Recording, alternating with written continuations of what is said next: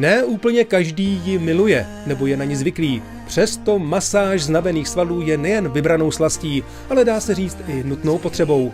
Zrychluje regeneraci a pokud chceme podávat kvalitní výkony po nějakou dlouhou dobu, tak si myslím, že masáž je naprosto nezbytná, ať už se jedná o výkonnostní sport nebo rekreační sport.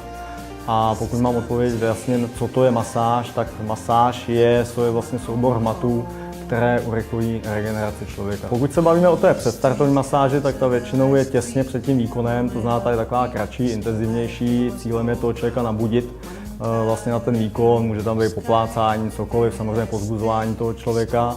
A pokud se bavíme o té vlastně závodní masáži, tak ta naopak by měla být sklidňující, aby ten člověk se odpočinul. Velmi často se stává, že ty běžci na tom stole usnou, což je nejvyšší podsta pro toho maséra, a tam naopak je to klidnější a může být i delší ta masáž. K masáži se používají různé druhy emulzí a roztoků, ale pozor, pro běžce se nedoporučují masážní oleje, které ucpávají pory a kůže pak při běhu nemůže dýchat.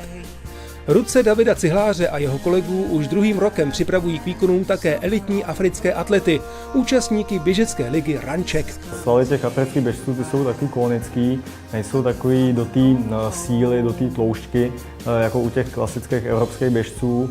Principiálně ta masáž u nich je stejná, akorát vlastně ten objem toho svalu je jiný.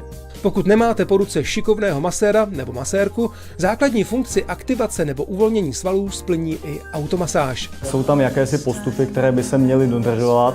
Nemůžu začít tímhletím, kdy ten sval není uvolněný, není prokrvený, protože v tu chvíli jdu proti tomu, takže já ho nejdřív musím opravdu zahřát, chytit, uvolnit všechno, prokrvit tímhletím a teprve potom může přijít vlastně ta regenerace toho svalu a to vychvění toho svalu. Že jo? Na masáž byste měli nastoupit uvolnění, nejlépe po horké sprše, koupeli nebo sauně.